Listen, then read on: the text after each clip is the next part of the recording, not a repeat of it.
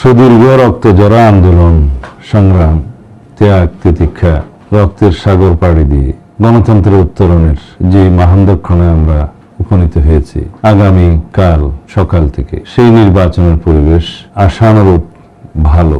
এর চাইতে উন্নত পরিবেশ হয়তো করা যেত, কিন্তু আমাদের নির্বাচন কমিশন, অন্তর্বর্তীকালীন সরকার, আইন শৃঙ্খলা বাহিনী, জাতীয় নিরাপত্তা বাহিনীর সবাই সম্মিলিত প্রচেষ্টায় বর্তমানে বিদ্যমান যে নির্বাচনের পরিবেশ সেটা সন্তোষজনক বলতেই হবে। দুই একটি বিচ্ছিন্ন ঘটনা ঘটতেই পারে এটি জাতীয় নির্বাচনের প্রাক্কালে, সেরকম দুই একটি বিচ্ছিন্ন ঘটনা হয়তো সারা দেশে খুঁজলে পাওয়া যাবে। তবে ওভারঅল সার্বিক আইন শৃঙ্খলা পরিস্থিতি, নির্বাচনের পরিবেশ সবকিছু মিলিয়ে এটা অত্যন্ত সন্তোষজনক।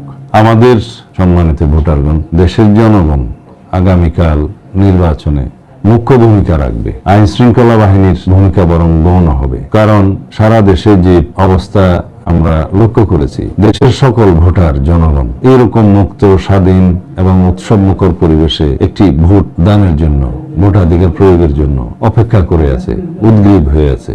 আমরা সারা বাংলাদেশে যে জনস্রোত দেখেছি বিএনপির পক্ষে, বাংলাদেশ জাতীয়তাবাদী দলের ম্যানিফেস্টোর পক্ষে, ইশতেহারের পক্ষে, আমাদের জনগণের জন্য যে পরিকল্পনা এবং কর্মসূচির পক্ষে যে সমর্থন দেখেছি, তাতে করে আমরা বিশ্বাস করি ইনশাআল্লাহ আগামীকাল 12 তারিখ সারা দেশে ধানের শীষের পক্ষে বিপুল জয় অর্জিত হবে এবং ধানের শীষ প্রতীকের প্রার্থীগণ সকল জায়গায় ইনশাআল্লাহ বিপুল ভোটে এগিয়ে থাকবে, বিজয়ী হবে। তবে আমি এটাও বিশ্বাস করি যে একটি শক্তিশালী বিরোধী দল থাকা জাতীয় সংসদে প্রয়োজন। সুশাসনের জন্য এটি বলাই হয়ে থাকে, ফর চেকস অ্যান্ড ব্যালেন্স, ভারসাম্য প্রতিষ্ঠার জন্য একটি শক্তিশালী বিরোধী দল থাকা প্রয়োজন।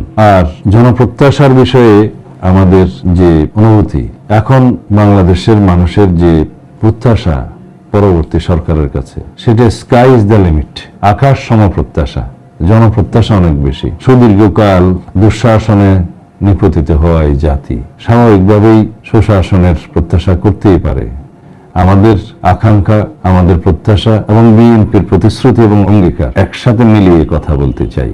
আমাদের প্রতিশ্রুতি এবং অঙ্গীকার হচ্ছে আমরা সুশাসন, উন্নয়ন এবং দুর্নীতিমুক্ত একটি সমাজ এবং সরকার ব্যবস্থা প্রতিষ্ঠা করতে চাই। এগুলোকে অ্যাড্রেস করা না হলে আমরা কাঙ্ক্ষিত লক্ষ্যে পৌঁছাতে পারবো না। যে বৈষম্যহীন সমাজ ব্যবস্থার জন্য, সাম্য এবং মানবিক মর্যাদার সুশাসনের বাংলাদেশ পাওয়ার জন্য আমাদের সন্তানরা রক্ত দিয়েছে, শহীদ হয়েছে, তাদের সেই প্রত্যাশা, অঙ্গীকার আমাদের পূরণ করতেই হবে।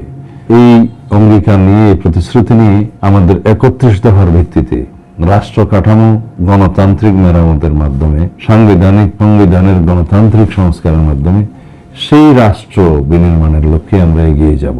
এটা বাংলাদেশ জাতীয়তাবাদী দলের যেমন অঙ্গীকার, প্রতিশ্রুতি, সারা বাংলাদেশের মানুষের প্রত্যাশাও তাই।